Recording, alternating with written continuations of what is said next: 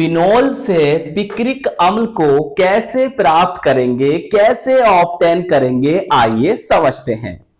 प्यारे बच्चों, बहुत ही प्यारी रिएक्शन है और बहुत ही ज्यादा मोस्ट इंपॉर्टेंट रिएक्शन है, तो बहुत ध्यान से आपको समझना है। देखिए फिनोल को कैसे लिखेंगे, इस तरह से आप बेंजीन रिंग बनाएं, ऐसे ऐसे ऐसे, सही। Double bond single bond, double bond single bond, ऐसे भी दिखा सकते हैं, या फिर विस्थापन इलेक्ट्रॉन को इस रिंग के रूप में भी दिखा सकते हैं, और यहां पर लगा देंगे OH। इसे हम कहते हैं फिनोल। कुछ इसके अदर नेम भी है, वो भी याद रख लो। देखो इसे हम कहते हैं कार्बोलिक एसिड या कार्बोलिक अम्ल, और हम इसको बेंजेनॉल भी कह सकते हैं, और हम इसको हाइड्रोक्सी बेंजीन के नाम से भी जानते हैं, सही। इसे हम कार्बोलिक अम्ल के नाम से भी जानते हैं, ये याद रखना, पूछा गया क्वेश्चन है। देखिए अब हम क्या करेंगे, हम करेंगे प्यारे बच्चों इसका नाइट्रेशन, बोले तो नाइट्रीकरण।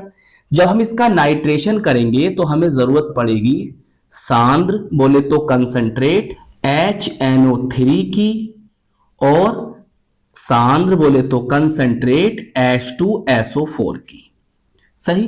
प्यारे बच्चों ये क्या है, एक नाइट्रेटिंग मिक्सचर है, और यहां से हमें प्राप्त होता है क्या, नाइट्रोनियम आयन। क्या होता है, nitronium ion, NO2 positive. Clear. अब देखो ये क्या है, OH है, और ये प्यारे बच्चों +M इफेक्ट रखता है, जिस कारण ये कह सकते हो रेजोनेंस के कारण, अनुनाद के कारण इसकी ये ऑर्थो पोजीशन है, ऑर्थो, ये भी ऑर्थो पोजीशन है, और ये पैरा पोजीशन है, सही है। तो ऑर्थो और पैरा पोजीशन पर इलेक्ट्रॉन डेंसिटी, इलेक्ट्रॉन घनत्व ज्यादा हो जाता है, और ये चाहता क्या है, ये तो इलेक्ट्रॉन चाहता है, और इसे इलेक्ट्रॉन कहां मिलेंगे, ऑर्थो और पैरा पोजीशन पर। तो इसीलिए ये जो है नाइट्रोनियम आयन वो यहां और यहां और यहां पर आ जाएगा, और आपको पिक्रिक एसिड प्राप्त हो जाएगा, सही। प्यारे बच्चों बहुत ध्यान से समझना, मेसोमेरिक इफेक्ट जो होता है वो मेटा पर, ये मेटा है ना, मेटा पर नहीं होता, ये तो आपको पता ही होगा। चलिए भाई ये S है, और यहां पर जोड़ दो NO2, सही है, N जोड़ना है इससे। इसका एक नेम और बताएंगे आपको, अभी समझना, और आगे रिएक्शन भी है। देखो हम इसे कह सकते हैं, नंबरिंग करें तो 1 2 3 4 5 6 2 4 6 2 4 6 ट्राई नाइट्रोफिनोल। क्या कह सकते हो, 2 4 6 ट्राई नाइट्रोफिनोल, या शॉर्ट में कह सकते हो इसे आप ट्राई नाइट्रोफिनोल TNP, सही।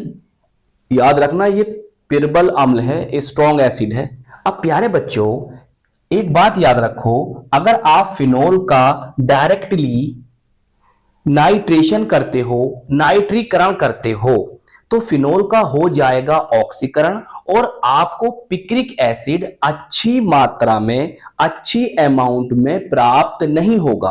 और अगर आप चाहते हो कि पिक्रिक एसिड हमें अच्छी मात्रा में प्राप्त हो, तो फिर आपको करना होगा फिनोल का पहले सल्फोनीकरण, बोले तो सल्फोनेशन, सही, और फिर बाद में करना होगा नाइट्रेशन, तो आपको अच्छी मात्रा में पिक्रिक एसिड प्राप्त हो जाएगा। मतलब सर हम पहले इसका सल्फोनेशन करेंगे, बोले तो सल्फोनीकरण करेंगे, जी बच्चों।